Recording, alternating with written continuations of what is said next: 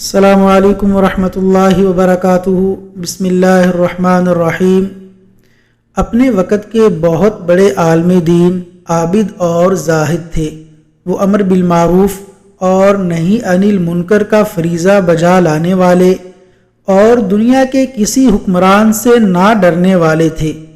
وہ کثرت سے دعائیں مانگتے اور ہر مرحلہ پر اپنے رب سے مدد طلب کرتے تھے۔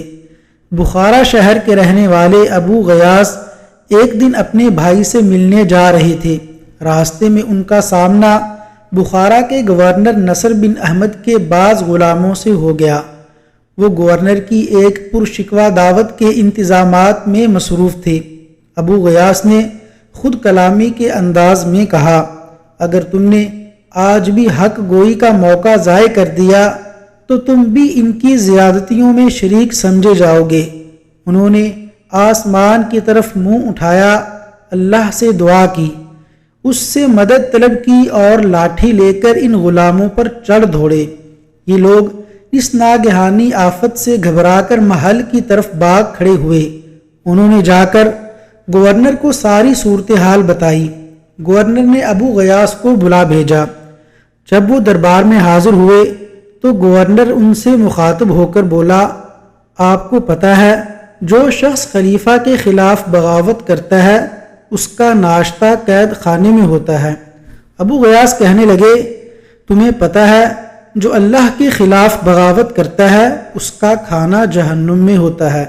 گورنر نے پوچھا، آپ کو کس نے محتسب بنایا ہے؟ انہوں نے جواب دیا، جس نے آپ کو گورنر بنایا ہے۔ گورنر نے کہا، مجھے تو خلیفہ نے گورنر بنایا ہے۔ ابو غیاث کہنے لگے، مجھے خلیفہ کے رب نے محتسب بنایا ہے۔ گورنر کہنے لگا، میں آپ کو سمرقند کا محتسب مقرر کرتا ہوں۔ ابو غیاث کہنے لگے، میں خود کو اس عہدے سے معزول کرتا ہوں۔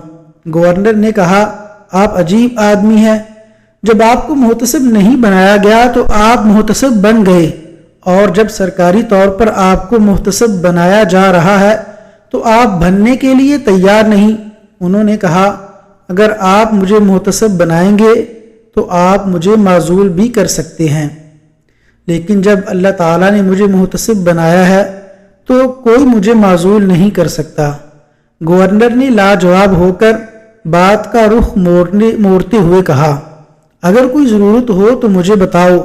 ابو غیاث کہنے لگے، آپ مجھے میری جوانی لٹا دیں۔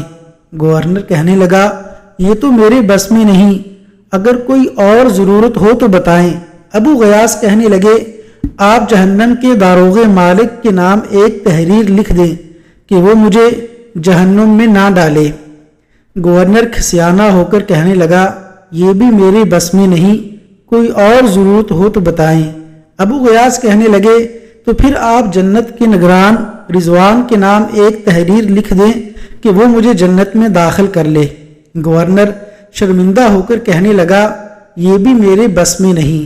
ابو غیاث کہنے لگے، تو پھر آپ جیسے بے بس آدمی سے کیا مانگنا؟ میں اپنی ساری حاجتیں اس ذات باری کے سامنے کیوں نہ پیش کروں جس نے مجھے کبھی خالی ہاتھ نہیں لٹایا۔ گورنر کہنے لگا، آپ تشریف لے جا سکتے ہیں۔ وصلی اللہ علی نبینا محمد وعلی آلہ واصحابہ اجمعین۔